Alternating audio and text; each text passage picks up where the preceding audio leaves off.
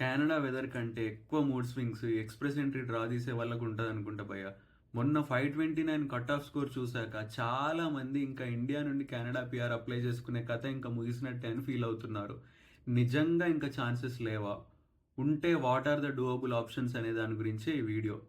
లాస్ట్‌లో ఒక 6 మంత్స్ కష్టపడితే గుడ్ ఛాన్సెస్ ఉండే ప్రాసెస్ గురించి అయితే మెన్షన్ చేశాను. మిస్ అవ్వకండి.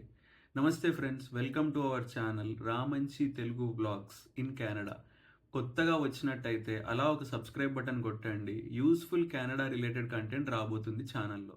సో డిలే చేయకుండా let's get into the topic. చాలా మందికి ఇండియా నుండి కెనడా పిఆర్ అప్లై చేసుకునే వాళ్ళు 420 టు 470 స్కోర్ మిడిల్లో ఆగిపోయి ఉన్నారు. జనరల్ డ్రా 529ని చూసాక చాలా మంది డీలా పడిపోయారు. కానీ still there are few doable options to come Canada on PR. First ఐఎల్ స్కోర్ పెంచుకో బ్రో అని చెప్తే, ఇందుకు కాదు బ్రో వీడియో చూస్తుంది, తెలియంది ఏమన్నా ఉంటే చెప్పు అని అంటారు. సో ఫస్ట్ సెల్ఫిప్ ఎగ్జామ్ కొద్దిగా ఐఎల్స్ కన్నా better Guruji. 8777 IELTS magic figure కన్నా సెల్ఫిప్లో స్కోర్ చేయడం కొద్దిగా ఈజీ. ఎందుకంటే ఎస్ఏ మనం కంప్యూటర్లో టైప్ చేస్తాము. సో పక్కా ఫార్మాట్లో వితౌట్ గ్రామర్ అండ్ స్పెల్లింగ్ మిస్టేక్స్తో we can crack it. CELPIP exam psychology అర్థం చేసుకొని రాస్తే ఇట్స్ అచీవబుల్. నాకు తెలిసిన వాళ్ళు they succeeded with CELPIP exam. రీసెంట్గా పీటీ కూడా యాడ్ చేశారు. Some feel PTE is better.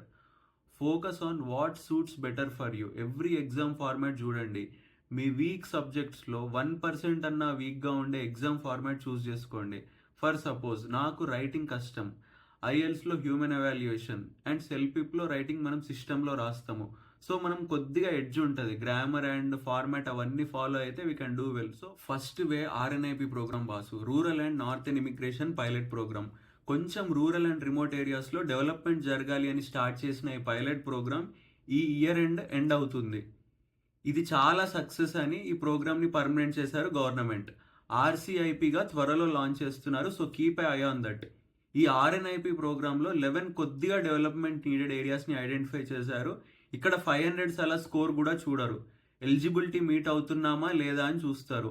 IELTS కూడా కేటగిరీ బట్టి బ్యాండ్స్ రిక్వైర్మెంట్ ఉంటాయి. ఫర్ ఎగ్జాంపుల్ టీర్ 4 అండ్ 5 వాళ్ళకు సిఎల్బి 4 నుండి టీర్ 0 అండ్ 1 వాళ్ళకు సిఎల్బి 6 దాకా. సో ఐఎల్స్ స్కోర్ రిక్వైర్మెంట్ కూడా చాలా తక్కువ. బేసిక్ ఇంగ్లీష్ వచ్చినా కూడా ఇది మీట్ అవుతాము. ఏజ్ వల్ల పాయింట్స్ తగ్గుతాయని భయపడడం కూడా ఈ ప్రోగ్రామ్కి తలనొప్పి కూడా లేదు. ప్లస్ ఇండియాలో ఉండే basic education like high school diploma is enough. Next is 1 year experience inside or outside Canada. NOC C and D వాళ్ళు కూడా అప్లై చేసుకోవచ్చు ఇది. ఇవన్నీ too good to be true ఉన్నాయి బ్రో, నువ్వేదో కంపల్సరీ ఫేక్తున్నావు అని నన్ను అంటారు. బట్ క్యాచ్ ఉంది బ్రో దీంట్లో కూడా.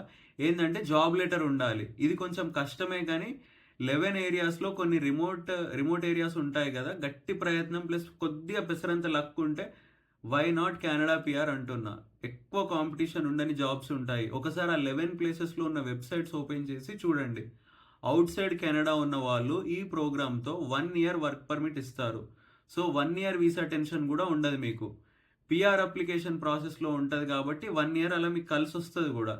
ఈ స్ట్రీమ్ మీద ఇన్డెప్త్ వీడియో కావాలంటే కమెంట్ చేయండి. I will make a proper informative video on this. Next is Atlantic immigration program. Nova Scotia, Newfoundland and Labrador PEI. ఇది కూడా చాలా మంచి ప్రోగ్రామ్. కాకుంటే age limit 55 and high school diploma is minimum.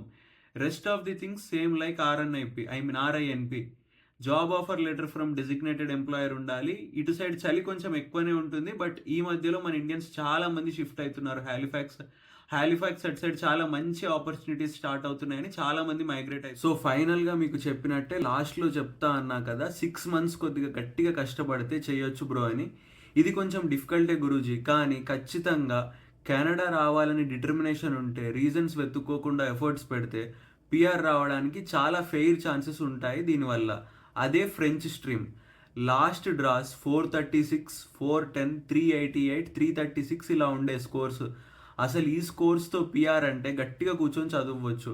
20 lakhs పెట్టి masters చేసి job నుండి మళ్ళీ చదువు, సో మళ్ళీ అప్పు తీర్చుకోవడం, ఇవన్నీ కన్నా కూడా ఒక 6 to 8 months గట్టిగా ఫ్రెంచ్ నేర్చుకొని 7 కన్నా ఎక్కువ స్కోర్ వస్తే, ప్లస్ ఐఎల్స్లో సిఎల్బి 5 కన్నా ఎక్కువ వస్తే ఆల్మోస్ట్ 50 అడిషనల్ పాయింట్స్కి స్కోప్ ఉంది.